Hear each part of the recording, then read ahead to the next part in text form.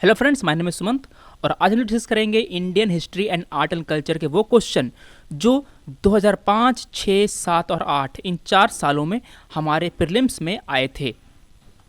पहला सवाल देखते हैं। Which one of the following places did Kunwar Singh, a prominent leader of the revolt of 1857, belong to?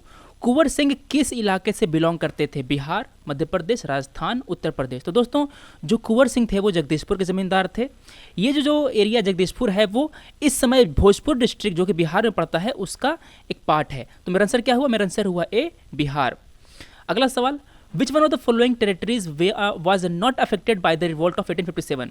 तो देखिए, झांसी तो जो पार्ट लिया ही था, यहाँ से थी हमारे लक्ष्मीबाई जी।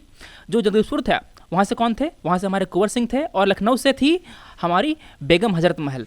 तो झांसी, जगदीशपुर और लखनऊ तीनों जो है वो इस रिवोल्ट से प्रभावित हुए थे। बस चित्तौड़ जो है वो नहीं हुआ था। मेरा आंसर है B. Where is the famous Vijay Vitthal temple having its 56 carved pillars emitting musical notes located? ये मंदिर कहाँ है? विजय विट्ठल टेम्पल कहाँ है? बेलूर, भद्राचलम, हम्पी, श्रीरंगम। तो दोस्तों इसका आंसर है हम्पी। ये जो मंदिर है वो अभी हम्पी में है। During the time of which Mughal emperor did the East India Company established its first factory in India? Akbar, Jahangir, Shahjahan, Aurangzeb. तो दोस्तों फैक्चुअल सवाल है, इसका आंसर है जहांगीर। जहांगीर के शासन काल में जो विलियम हॉकिंस था वो इनके शासन काल में इनके दरबार में आया था और इन्होंने उनसे एक फरमान लेकर के जो पहली फैक्ट्री थी वो उन्होंने बनाई थी सूरत में 1613 ईस्वी में। आंसर क्या है? आंसर है बी, जहांगीर के दरबार में इसके शासन काल में सबसे पहली फैक्ट्री बनी थी। अगला सवाल है, Ishwar Chandra Vidyasagar founded the Bethune school at Calcutta. तो इसको हमें नहीं पता। अगला सवाल, अगला लाइन देखते हैं। Bankim Chandra Chattopadhyay was the first graduate of the Calcutta university. ये भी टफ है। अगला देखते हैं। Keshav Chandra Sen campaign against sati led to the enactment of a law to ban sati by the governor general. दोस्तों इस सती प्रथा को खत्म करने के लिए जो मूवमेंट था किसने चलाया था? ये मूवमेंट चलाया था हमारे राजा राम मोहन राय जी ने। केशव चंद्र सेन नहीं थे। तो मेरा थर्ड स्टेटमेंट है वो गलत है। जब मैंने 3 काटा तो मेरा क्या हुआ? मैंने सी काटा और मैंने डी काटा। अब मुझे देखना ये है कि ए सही है या बी। दोनों में 1 है, इसलिए हम पहले को इग्नोर करेंगे और हम बस ये देखेंगे कि मेरा दूसरा स्टेटमेंट है वो सही है या नहीं। तो देखिए, Bankim Chandra Chattopadhyay was the first graduate of the university. Yes, ये थे बंकिम चंद्र चट्टोपाध्याय प्लस गट्टूनाथ बोस। ये दोनों जो थे वो इस यूनिवर्सिटी के पहले ग्रेजुएट थे। मेरा जो सेकंड है वो सही हो गया। मेरा मतलब आंसर क्या है? आंसर है B. 1 and 2 both are correct. Who among the following repealed the vernacular press act? दोस्तों इस एक्ट को बनाया था, ये जो एक्ट है वो लॉर्ड लिटन के शासनकाल में आया था और इसको रिपील किया था किसने? लॉर्ड रिपन ने। ये जो लॉ है वो फोर्स में आया था 1878 में और इसको रिपील किया गया था 1882 में लॉर्ड रिपन के द्वारा। मेरा आंसर क्या है? मेरा आंसर है बी। पूछ रहा था कि किसने इसको रिपील किया था, किसने इसको लाया था। अगर ये पूछता तो मेरा आंसर क्या होता? मेरा आंसर होता लॉर्ड लिटन, LYTTON। अगला सवाल देखते हैं हम लोग। The charter act of 1853 abolished east India companies monopoly on Indian trade. सही क्या दोस्तों? 1853 वाला एक्ट नहीं, 1813 वाले एक्ट ने ही इसकी जो मोनोपोली है उसको ख़त्म कर दिया था, उसको एबॉलिश कर दिया था। देखिए 1813 वाला जो एक्ट था उसने इस कंपनी की जो मोनोपोली है उसको एंड किया। भारत में जो ट्रेड था टी में बस उसको रखा गया। मतलब कि भारत से अगर टी में कोई ट्रेड होगा तो उसको केवल ईस्ट इंडिया कंपनी ही कर सकता है। टी के अलावा और कोई भी ट्रेड होगा वो केवल ईस्ट इंडिया कंपनी के लिए नहीं, पूरी ब्रिटिश जनता के लिए फ्री होगा। मतलब कि केवल EIC ही नहीं, कोई भी ब्रिटिश कंपनी यहाँ आकर के ट्रेड कर सकती है। मगर अगर आपको टी में ट्रेड करना है तो केवल ईस्ट इंडिया कंपनी ही ट्रेड करेगी इंडिया से। और इस एक्ट के तहत जो ट्रेड विथ चाइना है उसको मेंटेन रखा गया। ये कंपनी की मोनोपोली बनाई रखी गई। तो देखिए मेरा आंसर जो 1 है वो गलत हो गया। मैंने क्या किया? मैंने ए काटा, मैंने सी काटा। Under the government of India act 1858 the British parliament abolished the rule of East India company. सही है क्या? जी हाँ सही है। And undertook the responsibility of ruling India directly. जी हाँ बिल्कुल सही है ये वाला। सेकंड आंसर सही है। मतलब मेरा आंसर क्या है? मेरा आंसर है B. 2 only is correct option. अगला सवाल है, which one of the following revolts was made famous by Bankim Chandra Chatterjee in his novel Anand Math. पूछने का मतलब यह है कि आनंद मथ में किस रिबेलियन की बारे में बताया गया है, इसको डिस्कशन किया गया है। Bhil uprising, Rangpur and Dinapur uprising, Bishnupur and Birbhum rebellion, सन्यासी रिबेलियन। तो दोस्तों हमने पहले आनंद मथ और जो नील दर्पण है इन सब के बारे में डिस्कशन किया है। आपको मैंने पहले बता दिया है कि आनंद मथ में सन्यासी रिबेलियन का जिक्र होता है। मेरा आंसर है D. With reference to revolt of the year, who of the following was betrayed by friend captured and put to death by the British. दोस्तों ये थे हमारे तात्या टोपे। तात्या टोपे को उसके जो फ्रेंड थे मानसिंह, उन्होंने अंग्रेजों का पकड़वा दिया था और उनकी मृत्यु करवा दी थी। आंसर क्या है? आंसर है डी। अगला सवाल काफी इजी है। Who was the governor general of India during sepoys mutiny. 1857 की क्रांति के समय भारत का गवर्नर जनरल कौन था? जीके का सवाल है, आसान सवाल है। आंसर है ए, लॉर्ड कैनिंग। ये उस समय भारत के गवर्नर जनरल थे। देखिए 1857 के बाद 58 में क्या आया? 58 में आया गवर्नमेंट ऑफ इंडिया एक्ट 1858। इसके अंतर्गत जो गवर्नर जनरल थे उसको वायसराय की उपाधि दी गई। तो ये जो कैनिंग थे वो हमारे पहले वायसराय बने भारत के। आंसर है ए। अगला सवाल देखते हैं। Who among the following was not a contemporary of the other three? Bimbisara, Gautam Buddha, Melinda, Prasenjit. तो दोस्तों बिंबसार जो थे वो हर्यंक वंश के थे। उन्होंने जो प्रसेनजीत की जो बहन है उससे शादी करी थी। तो जो बिंबसार हैं और प्रसेनजीत हैं दोनों दूसरे के जो समकालीन है वो हो गए। अब देखिए जो बुद्धा थे वो बिंबसार के समकालीन थे। तो इस तरह क्या हुआ? बिंबसार, बुद्धा और प्रसेनजीत तीनों हो गए वो समकालीन हो गए। जो मिलिंडा है वो इस काल का नहीं था। मेरा आंसर हो गया सी। अगला सवाल, who among the following led the foundation of Rashtrakuta empire? किसने इस एम्पायर की स्थापना करी थी? अमोघ वर्षवन, दंतेदुर्ग, ध्रुव, कृष्णवन। तो दोस्तों इसका आंसर है दंतेदुर्ग। ये एक चालुक्य फ्यूडेटरी था और इन्होंने राष्ट्रकूट एम्पायर की स्थापना की थी 753 एडी में। इसका जो कैपिटल था वो कहाँ था? इसका कैपिटल था मान्यखेत में। आंसर है B. Between which of the following was the ancient town Taxila located? ये जो टाउन था वो किस एरिया में था? Indus and Jhelum area, Jhelum and Chenab, Chenab and Ravi, Ravi and Beas. तो दोस्तों इसका आंसर है इंडस एंड झेलम। इसका जो प्लेन था वो यहाँ पर इसके प्लेन में लोकेटेड था। मेरा आंसर है A. With reference to invaders in ancient India, which one of the following is correct chronological order? Greek, Shaka, Kushan. कौन पहले आया कौन बाद में आया? तो देखिए दोस्तों यहाँ पर जो अलेक्जेंडर था वो कब आया? अलेक्जेंडर आया 326 बीसी में। इसके बाद शक आया 90 बीसी में। इसके बाद जो कुषाण थे वो 45 एडी में आए। तो सबसे पहले कौन है? सबसे पहले आए जो ग्रीक हैं वो ग्रीक के बाद आए शक, फिर इसके बाद आए कुषाण। GSK कहाँ है? GSK। मेरा आंसर है ए। अगला सवाल देखते हैं। Consider the following statements.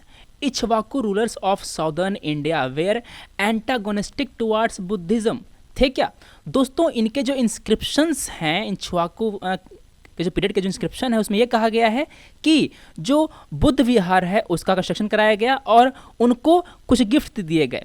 ये सब चीज़ें कब कराई जाती हैं? बुद्धों के लिए जो विहार बनाया गया, उनको जो गिफ्ट दिया गया, ये सब काम कब किए जाएंगे?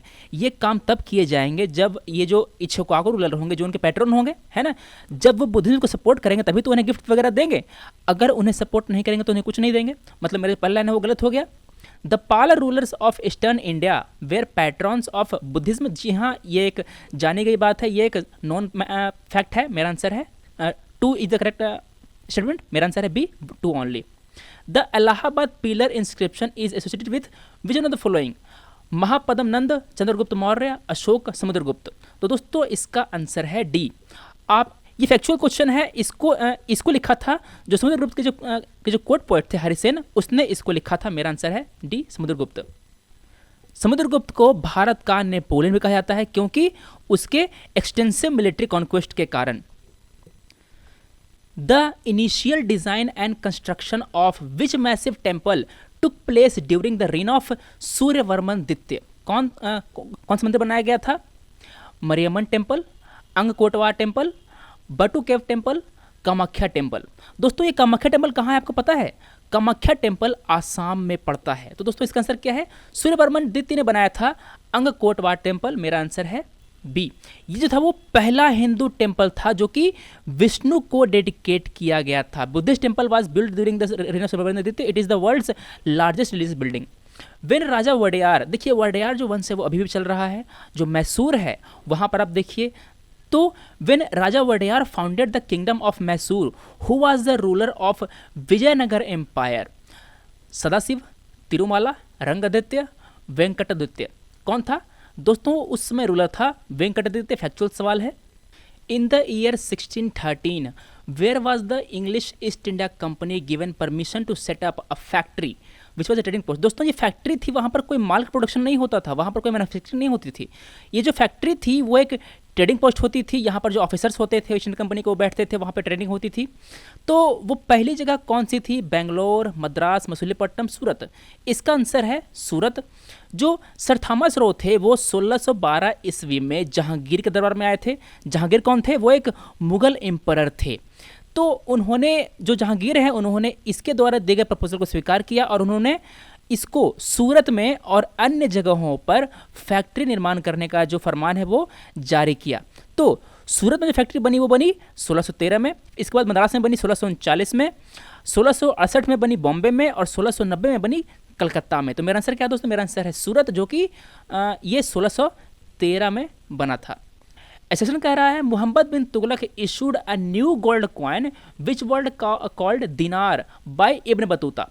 दोस्तों मोहम्मद बिन तुगलक ने जो कॉइन इशू किया था वो गोल्ड का नहीं था, जिसकी वजह से बदनाम हुआ। दोस्तों उसने गोल्ड का इशू किया था, मगर जिसकी वजह से जो बदनाम हुआ वो एक ब्रॉन्ज कॉइन था। मेरा ए तो सही है, मगर दूसरा देखते हैं।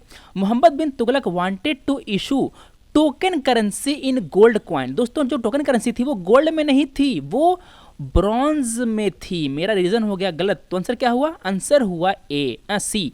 ए is true but reason is false.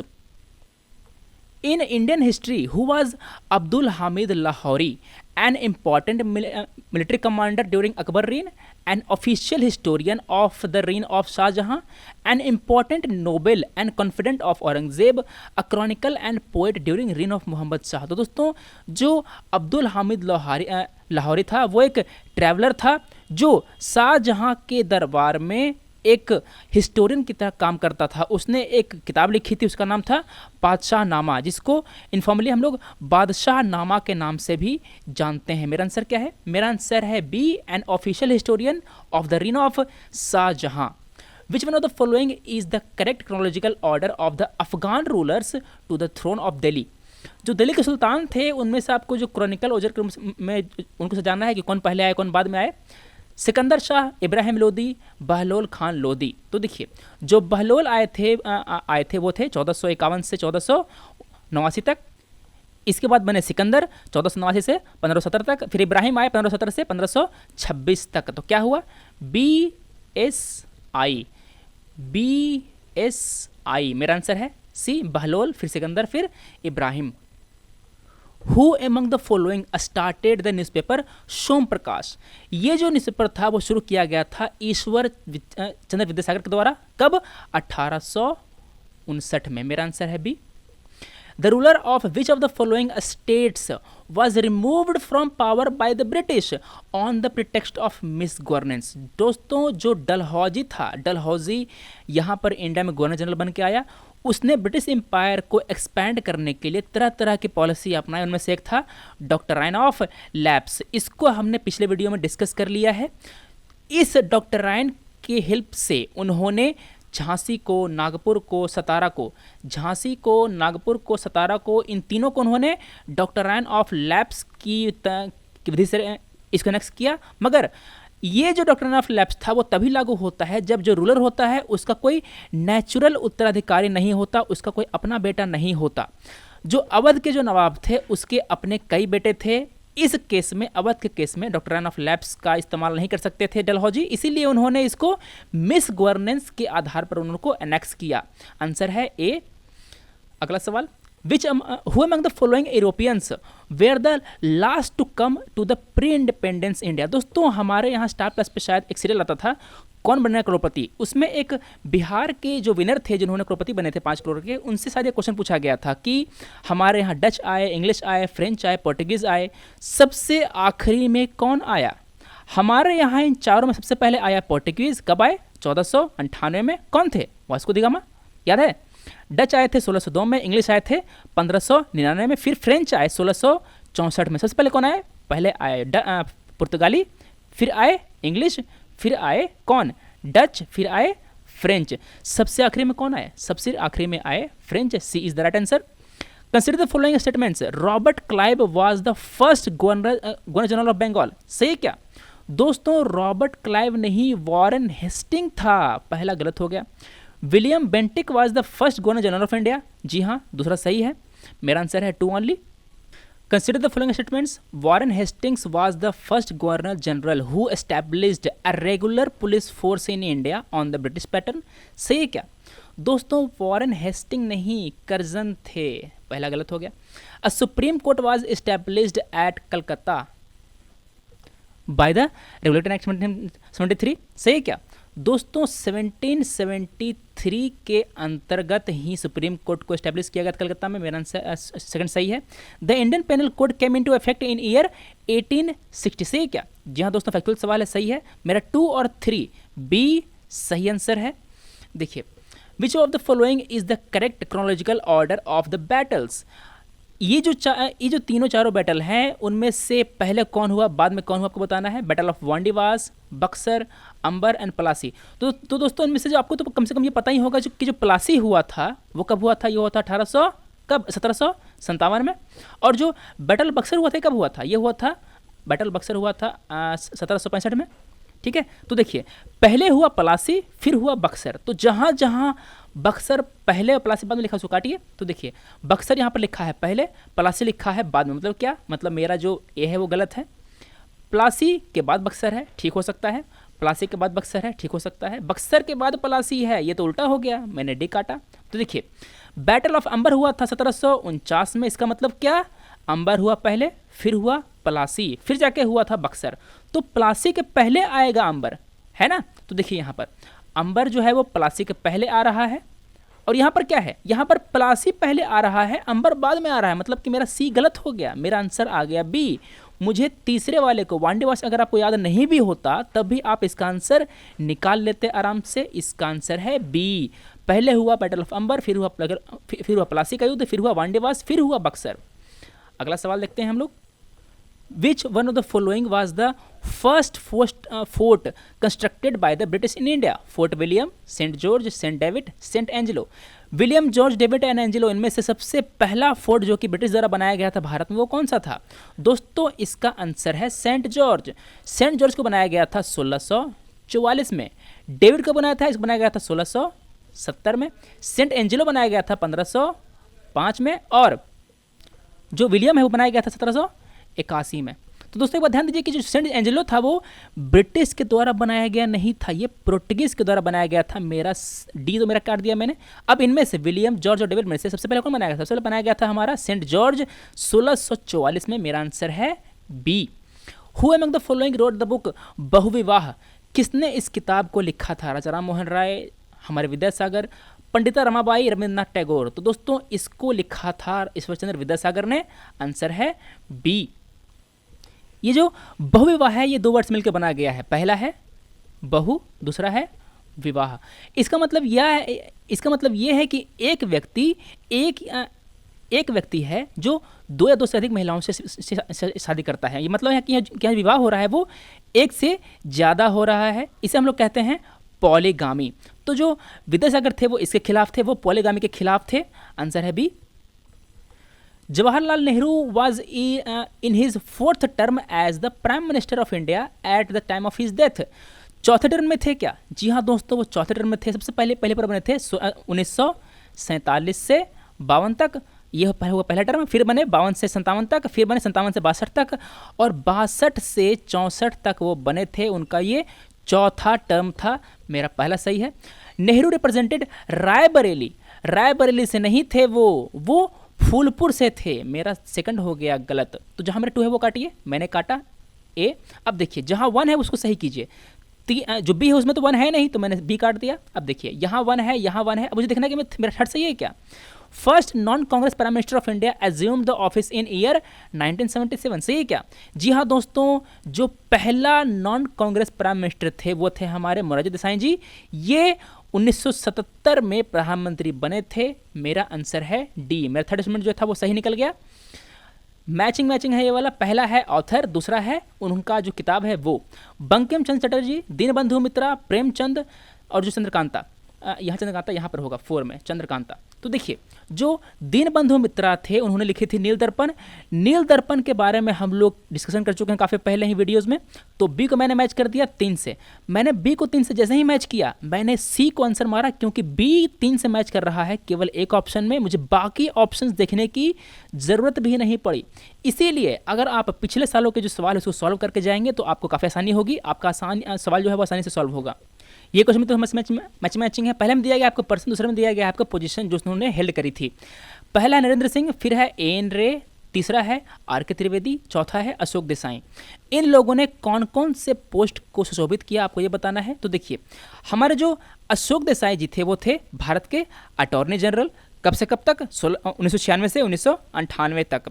जो नरेंद्र सिंह थे वो थे हमारे आईसीजे के प्रेसिडेंट। दोस्तों अभी जो है वो ICJ international court of justice में हमारा केस चल रहा है, भारत वर्सेस पाकिस्तान। भारत जो है वो ये क्लेम कर रहा है कि जो पाकिस्तान ने जो हमारे जाधव जो वहाँ पर कैद हैं जिनको अभी मौत की सजा मिली है उनको छोड़ने की अपील करी है उन्होंने। तो इसको थोड़ा देख लीजिएगा, इस कोर्ट को आप आईसीजे के बारे में थोड़ा सा पढ़ लीजिएगा, एक पैराग्राफ देख लीजिएगा विकिपीडिया पे। अब देखते हैं जो एन रे थे, एन रे वो क्या थे, वो सुप्रीम कोर्ट के चीफ जस्टिस थे। मैंने बी को मैच किया 3 से, मैंने बी को मैच किया 3 से, तो मेरा आया बी और मेरा आया सी। मैंने ए को और डी को कर दिया एलिमिनेट। अब देखिए जो नरेंद्र सिंह थे वो क्या थे, नरेंद्र सिंह एक आईसीजे के क्या थे, वो प्रेसिडेंट थे। तो मैंने ए को मैच किया 2 से। जब मैंने ए को 2 से मैच किया तो मेरा आंसर क्या है, मेरा आंसर आया बी, A2। ठीक है, तो अगला सवाल, consider the following statements. Justice VR. Krishna Iyer was a chief justice of India. दोस्तों वो सुप्रीम कोर्ट के एक जज थे, वो वहाँ के चीफ जस्टिस नहीं थे। मेरा पहला स्टेटमेंट गलत है। Krishna Iyer is considered as one of the initiator of public interest litigation in the India. तो दोस्तों हमारे जो वी.आर. कृष्ण अय्यर हैं प्लस पी.एन. भगवती, इन दोनों ने मिलकर के PIL जो कि ऐसे यूएस का कॉन्सेप्ट था उसको इंडिया में लाए, यहाँ पर इंट्रोड्यूस किया उन्होंने। इसीलिए इनको हमारा जो जुडिशल सिस्टम है इनका उन्हें भीष्म पितामह कहा जाता है। मेरा जो सेकंड ऑप्शन है वो सही है। मेरा आंसर क्या है, मेरा आंसर है 2 ओनली। देखिए ये है कृष्ण अय्यर और इन्हें हम कहते हैं Bhishma Pitamah of Indian judiciary. What does the Baudhayana theorem, Baudhayana Sulba Sutra relate to, length of the sides of right angle triangle, calculation of the value of pi, logarithmic calculations, normal distribution curve. तो दोस्तों ये जो थ्योरम है वो पाइथागोरस थ्योरम के जैसा है। इससे हम लोग जो ट्रायंगल के जो एक राइट एंगल ट्रायंगल है जो इसका जो साइड है वो कैलकुलेट कर सकते हैं। मेरा आंसर है A. Who among the following was a proponent of Fabianism as a movement. Factual सवाल है, इसका आंसर है Annie Besant. Bhakta Tukaram was a contemporary of which Mughal emperor. Babur, Akbar, Jahangir, Aurangzeb. Factual सवाल है, इसका आंसर है जहांगीर। क्यों, क्योंकि जो तुकाराम था उसका शासनकाल था उसका टाइम था 1608 से 1650 तक, और जो जहांगीर था उनका काल था 1605 से 1627 तक। बाकी उसका आगे पीछे थे। जो अकबर तो मतलब काफ़ी पहले थे और बाबर तो मतलब इसके पहले थे, और जो जहांगीर थे उसके तो काफ़ी बाद आए थे औरंगजेब। इसीलिए जो बेस्ट चॉइस है यहाँ पर है जहांगीर। मेरा आंसर है सी। तो दोस्तों आज हमने डिस्कस किया 2005, 2006, 2007 और 2008 के वो सारे क्वेश्चन जो कि art and culture and Indian history से आए थे। आपको नीचे कैसा लगा हमें बताइए। अब हम मिलते हैं अगले वीडियो में। Thanks for watching, take care.